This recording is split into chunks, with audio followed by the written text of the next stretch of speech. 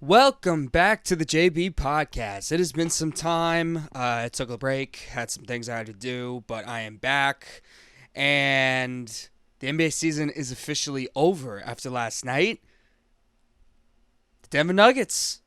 Congratulations. It's all coming up next on the JB podcast.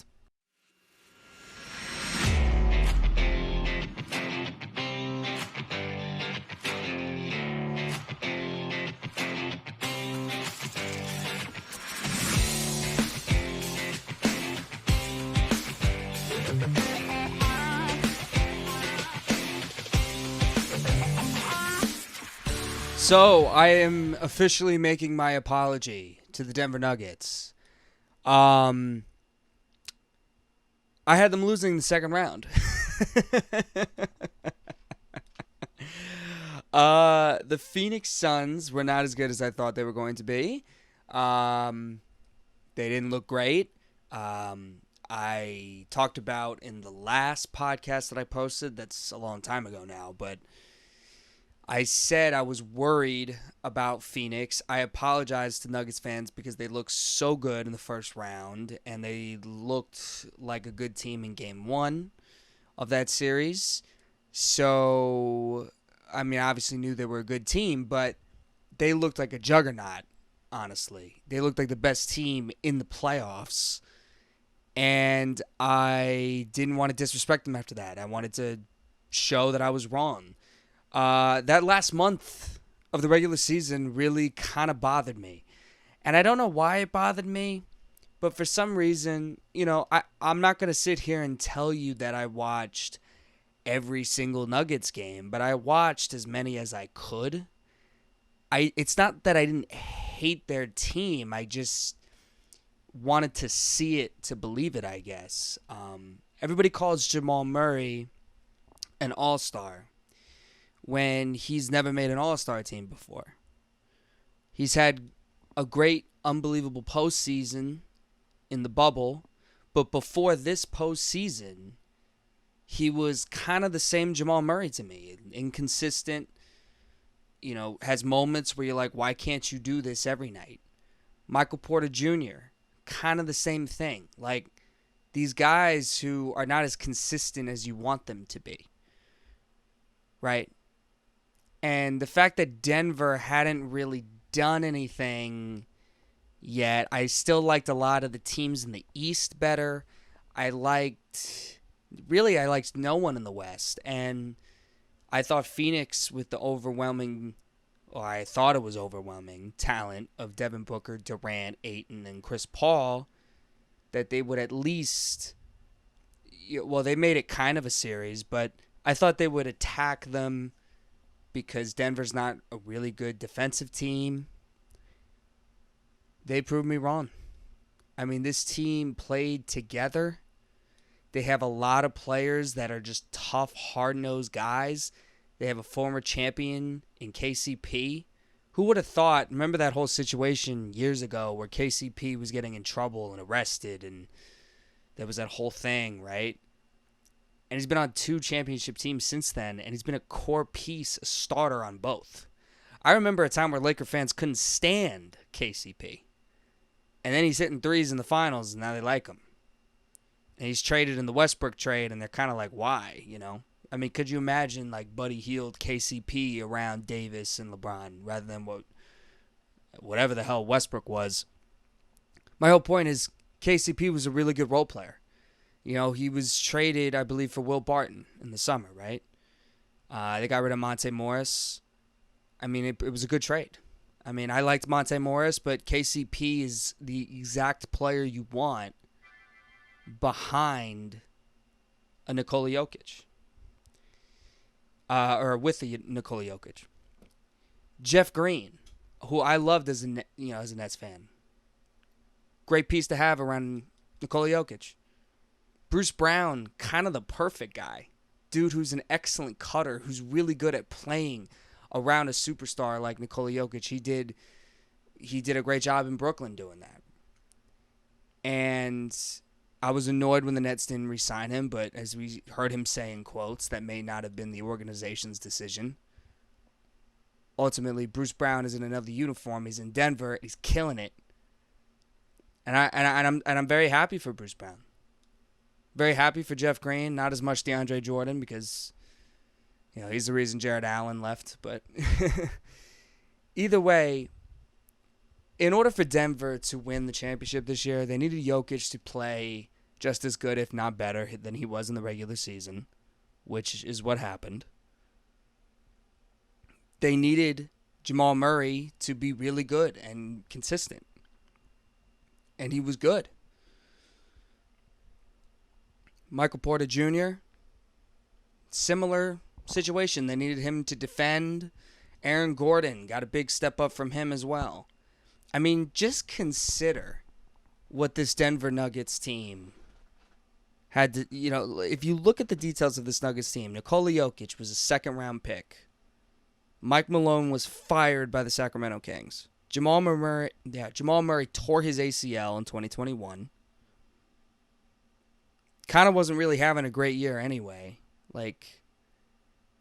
But tore his ACL. Michael Porter Jr. has these back issues. Aaron Gordon looked kind of like he was just in a weird situation in Orlando, weird fit. He goes to Denver, perfect fit for him. It's just all great. It's just you look at stuff like that, and now they're a champion.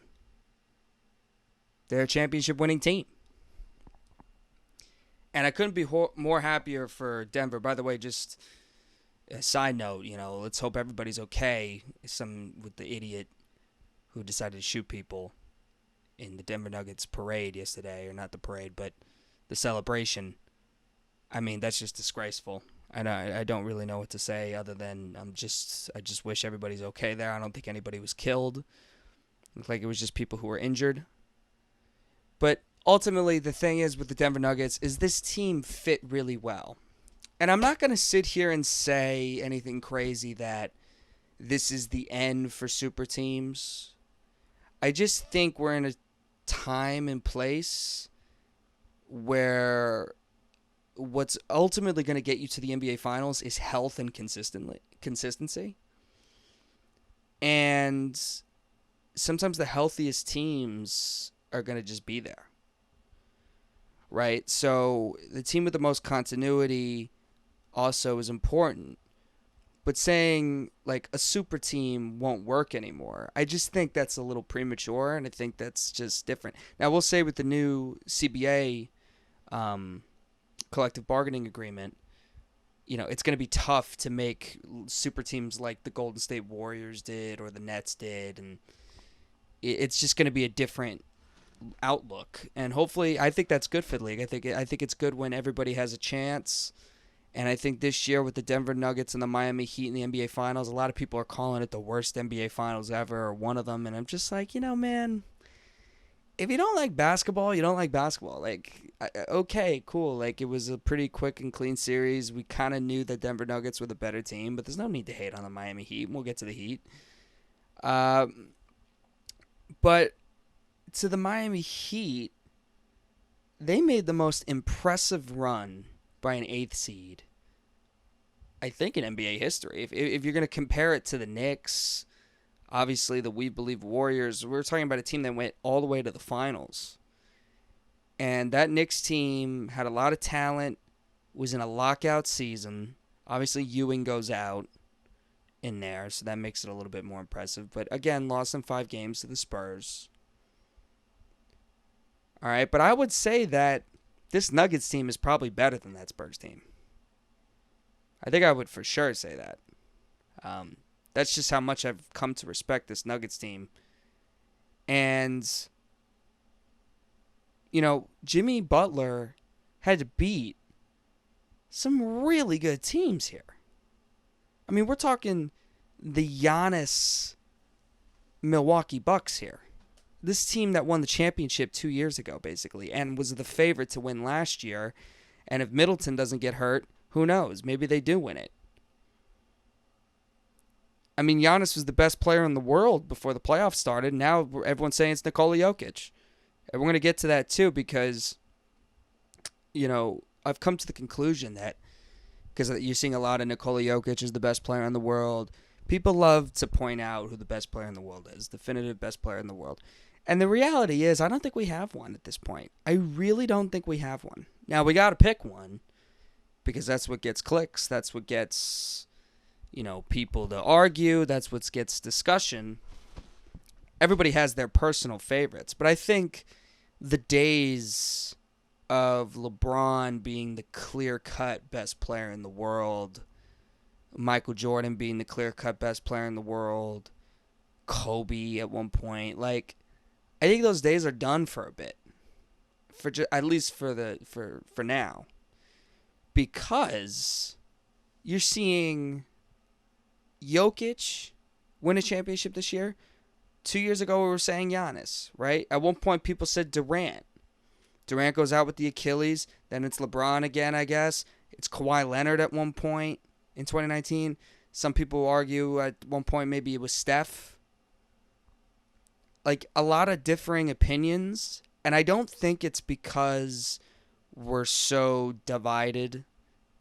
I think it's more just because there's more parity in the league. More people are finding ways to win. Right? This was a good chance for Jokic to win the championship. He won. Right? Last year was a good chance for Steph Curry to win the championship. He won. The year before that, it was Giannis. So I actually don't think we have a definitive best player in the game right now. I think we have a lot of guys who are on the same level. Whether you want to say KD, whether you want to say Jokic, whether you want to say LeBron, whether you want to say, I mean, obviously, I'm not saying these are the top three. I'm just saying there's a several amount of great players that if you put the right team around them, they could be winning a championship, right? You could put the right team around LeBron, and he probably wins a championship this year, right? Now, that team had depth issues, right? Let's just say you take D'Angelo Russell's inconsistency and you replace him with a guy who's more inconsistent. I mean, who's more consistent, right? Maybe you give him just a little bit more size. My whole point is, if they get to the finals and win, is LeBron the greatest player in the league, right? Still, right? If Giannis goes all the way to the finals and wins, is he the best player? I mean, to me, ultimately people are going to pick the guy who wins the championship as the best player in the league. Unless it's someone if the Miami Heat won this year, I don't think anybody would have said Jimmy Butler, but it was just a tough road for them. Obviously, they just needed more scoring.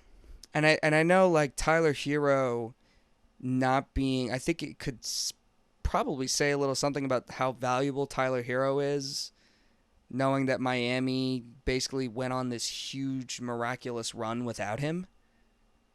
Ultimately, they needed a guy out there who could score, and I knew he wasn't going to play yesterday. I mean, he's coming off a fractured hand. You don't just go in to an NBA Finals game and just expect him to be just as good. I mean, that's the type of guy you expect to do that is someone like, say, Durant, right? Durant gets that injury versus Houston, that calf strain, I think it was, and he comes back in the NBA Finals. And the first few minutes he's in, he's killing it. And yeah, that's the only player I would expect to come back, or like a LeBron, right? Something like. But Tyler Hero, a guy who really if he's not scoring, he's pretty useless. He probably was gonna be really cold, and I'm not surprised Spoelstra never went to him, even though he was cleared to play or whatever. I think Gabe Vincent, Lowry, that was the better decision. Ultimately, Miami's supporting cast put them in a good situation to win. Right? They were in that game. And ultimately, Jimmy Butler struggled. Now, Jimmy Butler did not look like himself this NBA Finals. He just didn't. And I think, you could point back to the injury in the Knicks game 1. He really hasn't been the same since then. And I like that he didn't give any excuses. But the reality of the situation is Jimmy Butler, if he plays better, I mean, Miami very well could have won last night. If Jimmy Butler played better in this series, this probably doesn't end in 5 games. I mean, there was a lot of games that came down to the wire, right? Game 1 was close. Game 1 wasn't close. Game 2, obviously, Miami won. Right? And the last few games, they were, a little mismatched for sure. But last night was very winnable for them. And if Butler plays better, and they're going back to Miami for a game 6, it's different, right? Denver gets a little shaky maybe. But Denver kind of played terribly yesterday, if you think about it. How many missed threes did they have? I mean, I know Miami didn't shoot great either, but I mean, Denver in that first half was throwing up brick after brick. It was kind of a horribly played basketball game. I mean, just as far as execution, just you could tell guys were tight, And Miami was only up 7 at halftime. So once you saw that, you're thinking, okay, well, it's at some point these Denver guys are going to start making shots. And that's what happened. And they had that little momentum shift, right, when Jimmy gets fouled on the corner 3. Some people had an issue with that. I actually think if you're fading, I understand Jimmy Butler made contact with Aaron Gordon's groin, and you could look at that, and you could look at that as like a flagrant, or Mark Jackson was trying to say that it's a flagrant, or that he's kicking his foot out. I've seen Jimmy Butler shoot a lot, and he kind of does that, and I'm not saying, but like when you're fading away in the corner like that, you kind of have to twist your body in a way.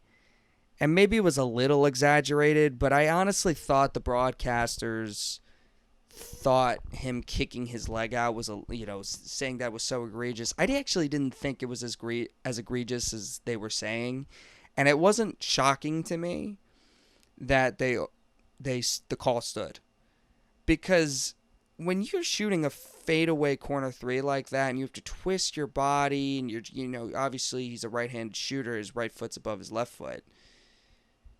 So I think he was just trying to get the shot off. And yeah, listen, Jimmy Butler was probably trying to initiate some contact of some kind. But to me, it wasn't so obvious that I could tell to the point where they needed to overturn the call. Now, I know Nuggets fans didn't like it. It was definitely a momentum shifter because I think it was 85-81. Like, if Jimmy Butler gets called for an offensive foul there, Denver scores, they're up 6 or something like that. Like, they cut it to 1. So it goes from like a 1-point game, which could have been a 2, maybe 3 possession game after that. So I don't, Miami gave it their all. Lowry had moments in these playoffs where he just woke up. Gabe Vincent, obviously, showed really good moments. Duncan Robinson. This was a incredible run for the Miami Heat. Make no mistake about that. And we'll see what they do to improve this roster, and that's really what I want to go to here. Like, where does Miami go from here? Because it's obvious they struggled to score, and they need another scorer. They also lacked the size against Denver, but they really need that scoring. Now, they could bring back Tyler Hero next year, and Tyler Hero could be that guy. But you're seeing a lot of reports that they're going to go star hunting. And that leads me to someone like Damian Lillard. Now, Damian Lillard, I forget what podcast he was on, but he made news for saying the 2 teams that he would like to go to if it doesn't work out in Portland, if it gets to that point. Now, let me just say that he's reiterated time and time again that he wants to stay in Portland. I'm of the opinion that Damian Lillard will be gone this summer. I think it's no doubt in my mind. I don't think Portland's going to trade that number 3 pick.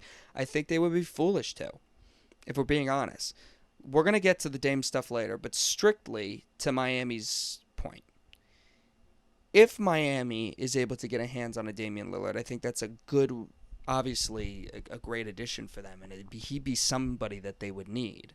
Now, Tyler Hero is definitely in that trade. Whether Portland wants Tyler Hero is another thing. Do they want like a Tyler Hero back in that trade? A guy who, he's on a contract. Miami would give up 3 firsts. Those firsts probably won't be very good, knowing Miami and their history. They don't like to tank. We'll see if Pat Riley's even there. But Pat Riley doesn't care about picks at this point because he's at an age where it doesn't matter. So he just wants to win. Damian Lillard gives Miami the best chance to win right now. Now, if the Heat can't get Damian Lillard, maybe they turn to somebody like, because I don't think they're going after James Harden, but he's obviously a guy they could consider. There was a rumbling recently about Kyrie Irving. Y'all know my thoughts about Kyrie Irving. To me, that is a huge mistake, especially if they have to give up anything, because they'd have to give up something for Kyrie Irving. They have to lose pieces. I would rather keep Tyler Hero. I really would. I would try to get Dame. If I can't get Dame, I wouldn't freak out and I wouldn't get Kyrie Irving on the team. I can't even imagine what Kyrie Irving in Miami with Pat Riley there and everything. Like, I can't even imagine how that would work out. Like, ideally, the basketball fit, there were rumblings that Kyrie and Jimmy Butler possibly wanted to team up at some point in 2018. There was a slight rumor, but I don't know how real that was. I know Jimmy had the Nets on his requested teams when he requested out of Minnesota. But Miami, Kyrie in Miami? I mean, to me, I would stay far away from that. Because I think with Kyrie, yes, he's going to score. But you're going to get that scoring from Tyler Hero. Yes, it's not going to be as, fun to watch probably. Although I think Kyrie isn't as fun to watch as some people think. Because when it's not going good, it doesn't go good. Like, if he's not making shots, it's pretty awful. Tyler Hero is cheaper. Or he may be cheaper. I don't know what Kyrie's going to get, but I assume Miami would give him big money, and that's why Kyrie would want to go there, more than Dallas is willing to pay. Tyler Hero got injured in the playoffs this year, but there's no question that Kyrie is the more injury-prone player. He's older. And to me, that would be a huge mistake. I would rather get somebody like a James Harden. And I think that would also be a mistake, too. And to me, he's just not a good fit in Miami. He's just not. Him and Jimmy Butler together, I just don't like it. Kyrie's a better basketball fit with Jimmy Butler. However, I just wouldn't do it. I would keep that dude far away as possible from my team. And Kyrie is somebody that, if he went to Miami, could have issues with how they do things. There was also, like, Lowry. There was that rumor Kyle Lowry had issues with how Miami handled things over there and Heat culture and, how strict they were. Like, Kyrie could have an issue with that. Like, Kyrie can't disappear for 2 weeks like he did in Brooklyn in Miami. He just can't do it. I'm of the opinion Kyrie is going to re-sign in Dallas. I think that's honestly like a sure thing because I don't think any other team wants him. And I think Dallas is desperate. So not only do I think teams don't really want him at the price that he's going to command, but Dallas is desperate because they gave up significant pieces to get him, and they need to keep Luka happy and all that stuff. So Kyrie is definitely going to be a Maverick, I think. The only team that could pull Kyrie away from Dallas, to me, I don't think Phoenix. I don't think Phoenix is thinking about Kyrie Irving, to be honest. Despite the whole Chris Paul rumors that you're hearing, I just don't believe it. Because I don't think KD really wants Kyrie on his team right now. I just don't. So Kyrie to Miami is probably the only other team I would think can pull Kyrie out of Dallas. And if Miami doesn't get a guy like Damian Lillard, that could be something they turn to.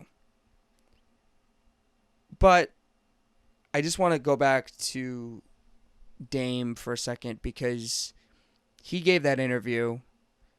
He gives that interview, right? And he mentions the Miami Heat. And, I forget who it was, but he was basically asked, a bunch of teams were given to him, and they're like the Knicks, the Celtics, the Nets, and the Heat. Those were the 4 teams that were mentioned. And Damian Lillard mentioned Miami first, and he laughed. And he laughed kind of like, ha ha ha, you know what I mean? Like, obviously Miami, right? And I'm surprised that people kind of are taking that, because you'll never, you'll hear these talk shows and stuff, like you'll watch these talk shows, and no one will even mention that he also mentioned the Brooklyn Nets. No one will even mention it. Nobody. And it was just so obvious to me. You can call me a Nets homer. And listen, if Damian Lillard's on the Miami Heat in a few weeks, I'm not saying it's not going to happen. I'm just saying, when I listened to that, it was so obvious to me that he was talking about Miami because of the lifestyle there. Like, oh my God, the weather in Miami. Like, people, when players talk about Miami, it's like, Miami, like that's that lifestyle. I love that lifestyle. So, and they're obviously good, right? But people were saying like, oh, that's because they're in the finals. It's like, I mean, I didn't really take that for what Dame was talking about. That's why he laughed so hard afterwards. Like, you know why I want to go to Miami. Like that type of deal, right? So then he kind of calms down, and then he thinks over a minute, and then he mentions Brooklyn. And he says, Mikal Bridges is my dog. Keep in mind, he also said Bam Adebayo is his dog. So that's also important. Mikal Bridges was on a recent Instagram Live with Damian Lillard, too, like a few weeks back.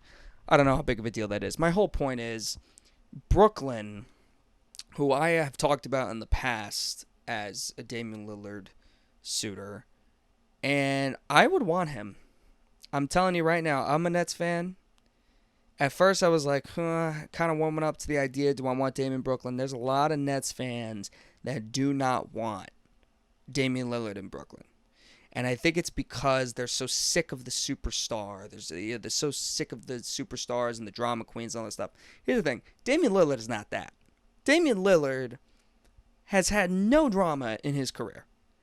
The only drama in Damian Lillard's career has been, why the hell is he staying in Portland?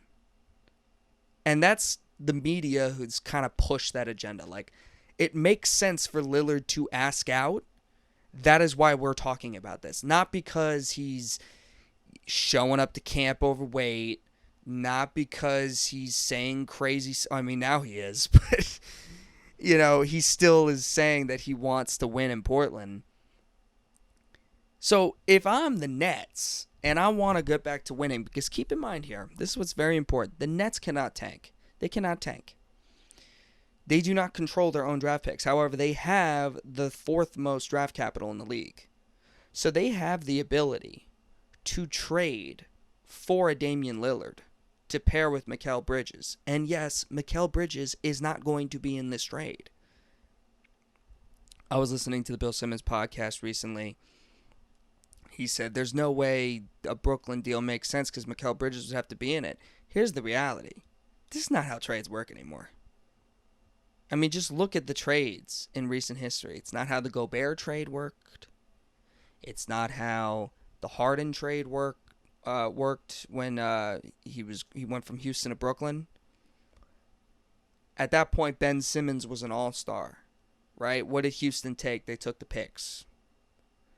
Rebuilding teams want picks. And Miami's 3 first-round picks that probably aren't going to be that great.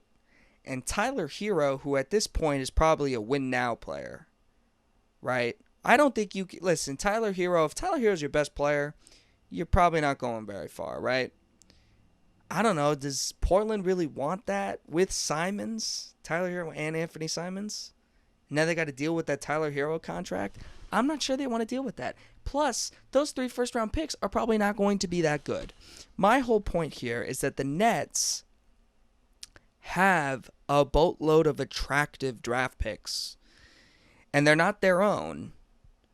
They have Phoenix's, they have Dallas's in the future, and they have some of their own as well. And they have ones that they swapped with Houston that they're also are their own. They have a lot of first-round draft picks that you could put him, you could put Ben Simmons, you could take back Nurkic's salary. That's why they would take Simmons in a trade, because you're taking off Nurkic's salary, something like that, right?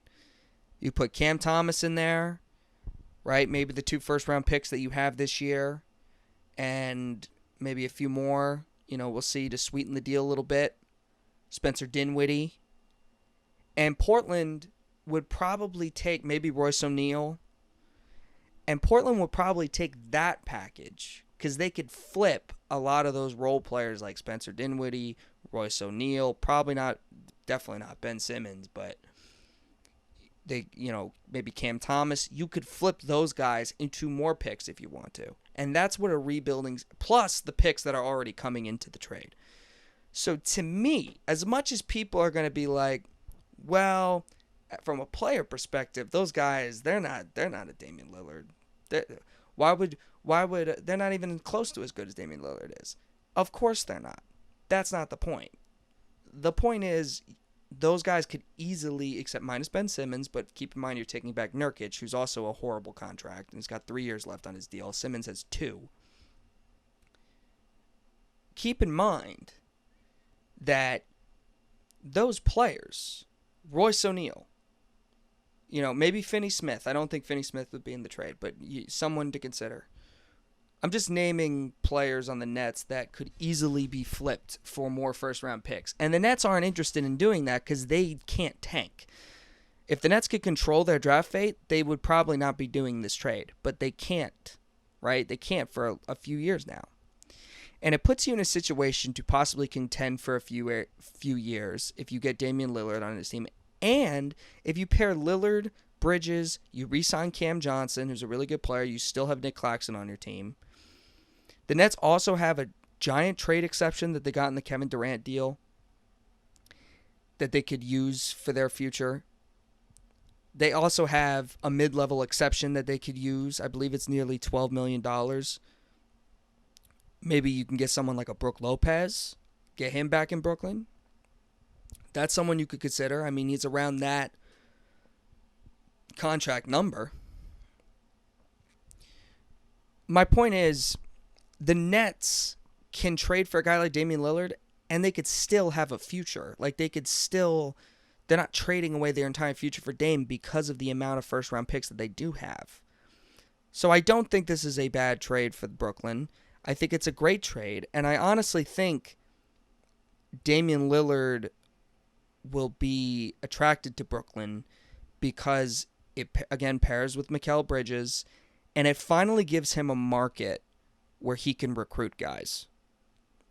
And if he goes to Miami, he would be the missing piece of a possible championship team, right? Miami was close to going to the finals. I'm not sure how legit, like when I say legit, like I'm not sure like Miami's going back to the finals even if they do get Damian Lillard next year. Sometimes you just capture lightning in a bottle, right? So if Dame goes to Miami, they may not go to the finals. It could be a different situation. So I'm not sure what's going to happen here, but I think it's going to come down to definitely Miami or Brooklyn because he said that. I think there's no way he stays in Portland. I think, like I said earlier, it makes no sense for Portland to trade the number 3 pick. This is a gift. And you know what's even more of a gift? There's the rumor recently that New Orleans is trying to get Scoot Henderson. We'll see how legit that is. Charlotte seems pretty sold on Brandon Miller, which is insane to me. I would take Scoot Henderson in a minute. I know LaMelo in a second. LaMelo Ball, as talented as he is, as good as he's been so far in his career, you don't draft for fit when you're that high. You draft the best player available. Scoot Henderson is better than Brandon Miller, in my opinion. I think a lot of people's opinions. I cannot unsee what I saw from Brandon Miller in the national championship tournament games, not the national championship. Obviously, he didn't even make it that far. In the tournament games, I cannot unsee what I saw from Brandon Miller. I just can't see it. I just don't want that guy near me right now. I just don't. I just don't want that guy on my team. Now, you can call me biased. You can call me hating. I'm not saying he won't have a good career. I'm just saying if I have to choose Brandon Miller or Scoot Henderson, I am taking Scoot Henderson. And the fact that Charlotte is probably going to take Brandon Miller and Scoot Henderson could very well fall into the lap of the Portland Trailblazers, why would you trade that guy? For the best player you could possibly get is either Siakam or Mikal Bridges. So you would be turning Scoot Henderson, most likely Shaedon Sharpe, because no one wants Anthony Simons at that contract at this point with the new collective bargaining agreement. Nobody wants that, especially if you're trying to, why would you want that? Scoot Henderson is your new guy, Portland. Take him, trade Damian Lillard, and get assets and start a rebuild. It's the perfect situation to rebuild for Portland. Why would you trade this number 3 pick? I get it. It's hard for Dame to let go of this guy who says he wants to win here. He's basically going to be one of the best Trailblazers of all time, maybe the best Trailblazer of all time.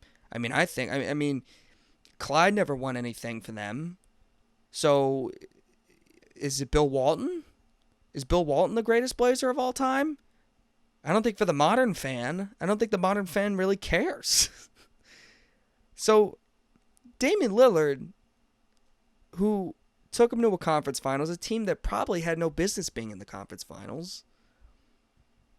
Dame is going to be making $60 million a year at a time where you guys may maybe be mediocre. So just move on.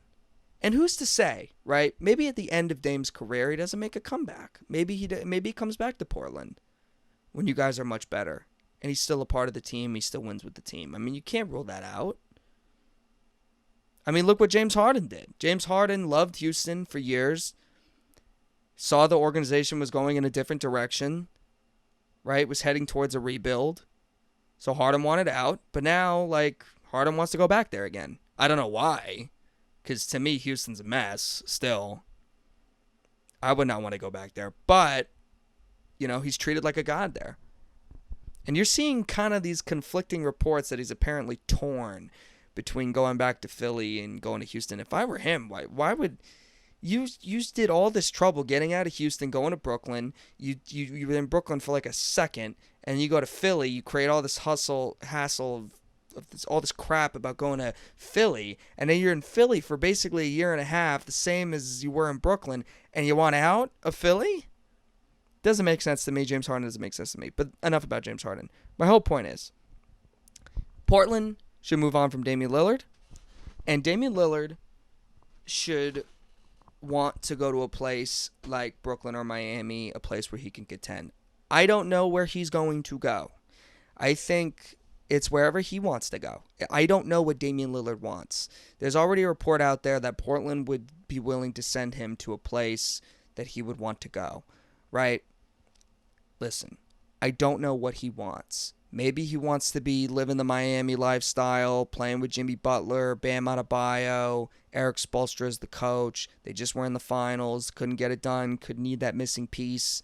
Maybe Portland takes a package that's maybe less appealing for their rebuild just to get Dame to a place that he wants to in Miami, if he badly wants to go to Miami more over Brooklyn. But to me, I actually think Brooklyn has the more enticing package, or is capable of giving a more enticing package to the Blazers. And the reason why the Nets would do it, like I said before, you get Dame in there, now you have your star. And if you watch the Nets in the playoffs, you know that they need a point guard who could score. They need that guy. And Bridges is clearly not going to be that dude that scores at the end of games. He's a good second, third tier option. So you have Dame at the 1 doing that stuff. And the Nets still have the ability in the future to create cap room. And they have tons more first-round draft picks to make even more moves. And it gives Dame a place to recruit. He's playing in a big city, playing in New York, right? The Knicks stuff made no sense. I don't know why Knicks fans even wanted Dame. I mean, why would you want Dame as a Knicks fan? You already got Brunson. So, with that out of the way, I think that Damian Lillard, to me, the Brooklyn package, and I know people are just going to look at me as like, oh, you just want Brooklyn. I think, and I see Nets fans saying that Nick Claxton has to be in the trade, and I don't see that at all. I don't see it whatsoever. I just, I think the Nets draft picks plus role players that could be turned into draft picks, plus the ability for Portland to tank, plus a young player like Cam Thomas who could possibly be something. And if you saw Cam Thomas in the regular season, he has an elite scoring ability.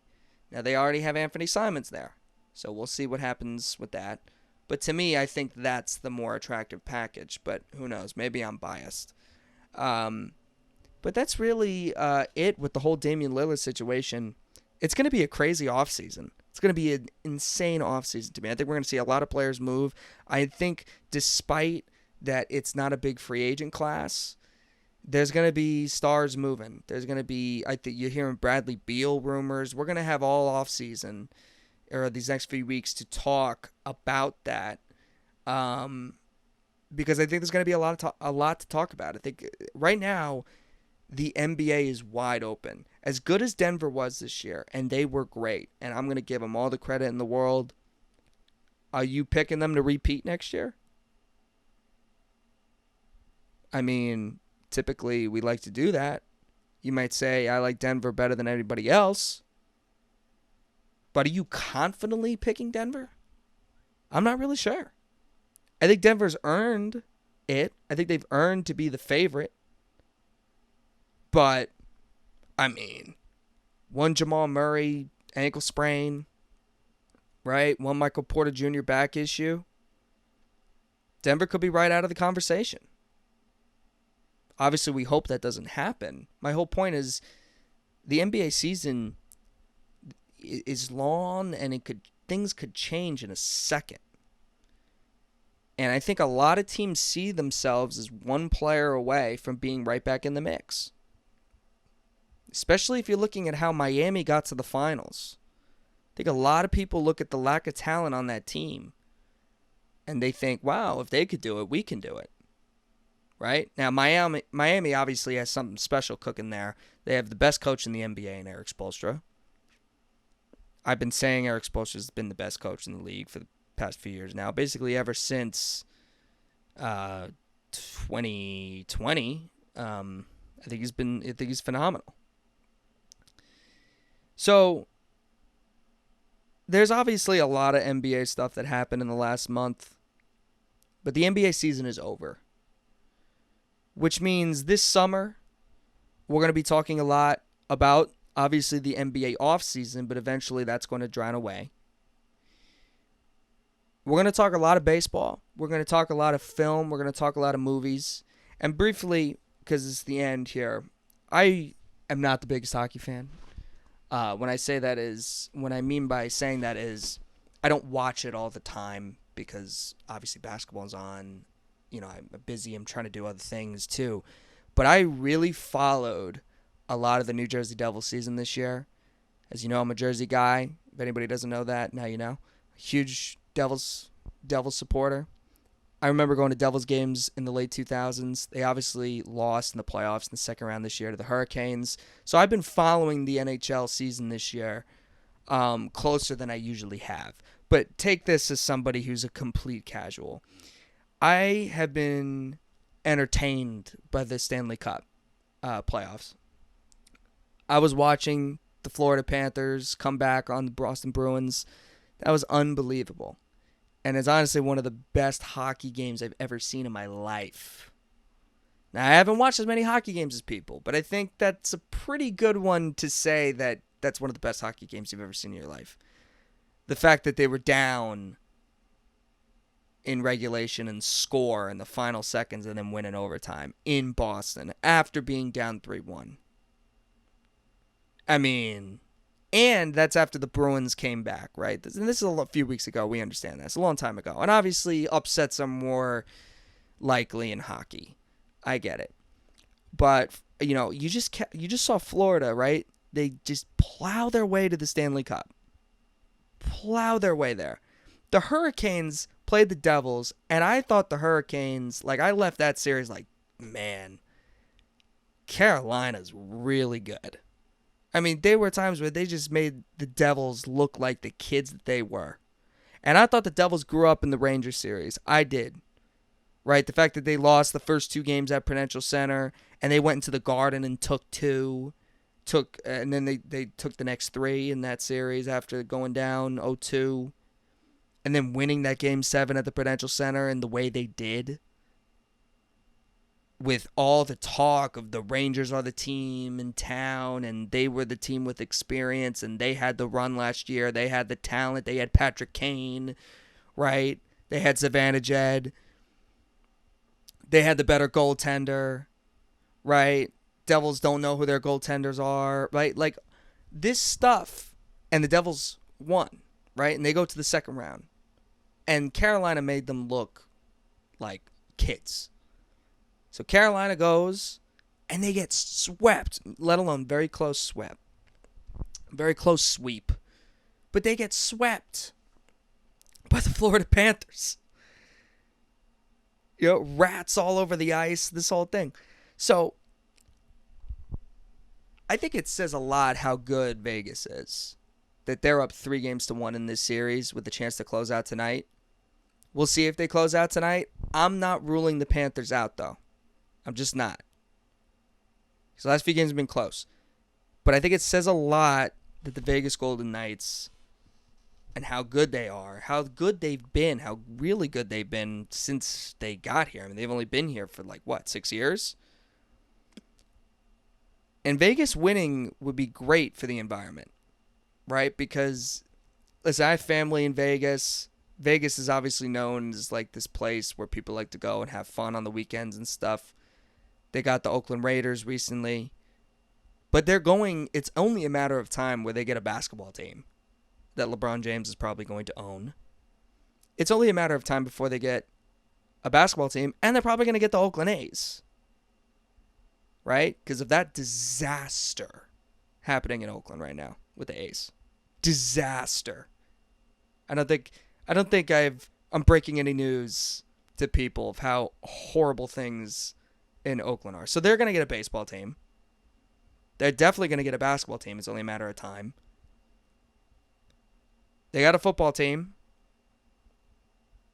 And their hockey team's really good right now. And they've been good for the last 5 years. I think it's 5 or 6 years, right? They've been here. They've been around.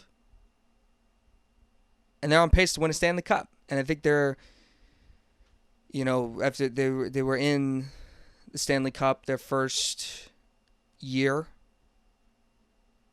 And that was really impressive, but they didn't get it done, right? So now they have an opportunity to. But I don't think Florida's given up without a fight here. I think these games are going to be, this game, I do expect it to be close. And because, listen, they beat the Boston Bruins down 3-1, and the Bruins were the greatest regular season hockey team in NHL history. So you can't rule out anything with the Florida Panthers. You just can't. But it's a credit to Vegas for being basically the only other team to stop the Florida Panthers in their tracks and being not so fast. You had a nice, cute little run. We're going to take it from here. We got this. So it should be a fun game tonight. I'm excited. Yankees-Mets Subway Series. Briefly going to talk about this. Both teams are in a weird situation right now. The Mets are kind of a disaster. Not kind of, they are. Now a few games under 500. It looked like they kind of turned things around At one point, they were 30-27. Scherzer was pitching better. Verlander was pitching better. I went to the Mets-Guardians game where Verlander pitched 8 innings and was great. But the Mets have their issues, and we're going to talk about a ton of baseball this summer. But ultimately, the Subway Series isn't as exciting as what people... It should still be fun, don't get me wrong, but it's not as exciting as people want it to be because no Aaron Judge, who looks like is going to be out for like a month after making a superhuman catch against the Dodgers. It just sucks. I went to Yankees-Red Sox on Friday, the game where Volpe almost set the freaking place on fire with that foul ball. I was sitting right by that foul pole, and I thought it was gone, and I was like, oh, when I couldn't believe it, I was like, oh, and then he popped out the next play, and then 2 games later, he strikes out in a similar spot. Same spot, actually. So, Yankees-Mets, I'm curious to see who wins these next 2 games. Cole and Sevy are pitching for the Yanks. And Scherzer's going against Sevy, I think. So I think that's a game where the Mets... And listen, the Mets are, other than Pete, the Mets are healthy. Their healthy guys just aren't playing that great, right? You're not getting great years out of Jeff McNeil and Lindor or Marte, right? It's pretty much just Nimmo, who's playing up to his level at this point, right? And Alvarez, right? Who's been above and beyond what they thought he was going to be. He's been one of the best catchers in baseball. Right? So, the Mets have their guys healthy. It's just they're just not playing well. The Yankees don't have Judge, and Bader, who are crucial guys to the energy of that lineup. And Rizzo has just been terrible. Volpe has no confidence right now. Donaldson kind of just hits home runs. I have not hated what I've seen from Donaldson this year. I don't hate Josh Donaldson like most Yankee fans do, but he's kind of just hitting home runs at this point. He hasn't played enough games to really cement a place in the Yankee fandom right now as a guy who's playing better than he did last year. IKF's been good as a utility guy, but DJ LeMahieu's been terrible. He kind of looks washed. And that's nerve-wracking if you're a Yankee fan because you were expecting him to be a guy who gets on base for you, especially not bringing Benintendi back. I mean, what did Yankee management say? They're like, well, we didn't have DJ LeMahieu and we didn't have Andrew Benintendi in the ALCS. Well, DJ LeMahieu's back, and he's been terrible. And Andrew Benintendi's gone. So, who do you got? Right? What's your next move to get a guy who can get on base, consistently bring runners in scoring position in? So Mets Yankees should be interesting because both teams are kind of like I wouldn't say the Yankees are in a crisis or anything. The Yankees are currently a wild card team, but the Mets aren't. And the Mets need wins. And they're only a few games back of that last wild card spot. But Pete is out, and those guys have been healthy, and they still haven't been winning. So it's all about those guys needing to wake up. So Mets Yankees should be interesting, but we're going to get into a lot of baseball, a lot of movies. I'm sorry for my long delay. There's just been things I've been trying to figure out in the last month, but we're going to go back to doing this consistently for sure. I promise you that. Thank you guys for listening to the JB Podcast. Congratulations to the Denver Nuggets. I really am happy for those fans. Despite how knuckleheads treated last night, and the fact that I just hope those people are okay. But I'm very happy for Nikola Jokic. He proved everybody wrong. He is the best center in the league, and I would have voted for Joel Embiid for MVP this year. I would have. He's the best center in the league. Denver has a chance to repeat and really cement a legacy in Denver. And, people talk about Denver. It's more of a Broncos town, right? Like, football is huge there, obviously. I obviously get that. But who says, people always say that, and it really boggles me, because who says a team can't start something, right? They can't start, like, a new fandom. Like, maybe Denver's a basketball town for a bit, right? Because Nikola Jokic is so good, and they rattle off a few championships. Who says that can't happen, right? I mean, just look at the Yankees, right? Yankees are this great franchise. Well, in the mid-'80s, with Darryl Strawberry and Doc Gooden, it was a Mets town for a bit, right? Now, I can only hope as a Net fan it turns into a Net town for a little bit if the Knicks are doing poorly and the Nets. It's always going to be a Knick town, though, right? But if you could just get like a few years of a certain team really doing well, who builds a likable squad, a squad that people can really get behind, that's all that matters. Who cares about this outside chatter of, yeah, well, it's not really a basketball town. It's not really. Who cares? That's not their fault. No need to poo-poo anything what they've done. Denver earned this. And their fans, there are diehard Denver Nugget fans. They are. Don't make them feel like, it's not. Don't make them feel bad for rooting for their team. Denver Nuggets fans, you deserve this. That atmosphere was awesome. And congrats to the Miami Heat fans, too, because, I'm sure you're a little disappointed, right? But, I mean, your season could have ended 2 months ago. And most people had your team's season ending 2 months ago.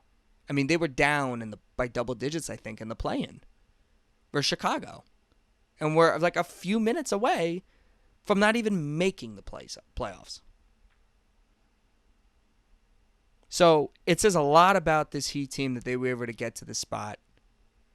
We're going to have all offseason to talk about transactions in the NBA, right? Baseball season, film, movies, right? Television. A lot of stuff. And I'm so excited to come back and give that all to you. Thank you guys for listening to the JB Podcast. Have a good day, everybody.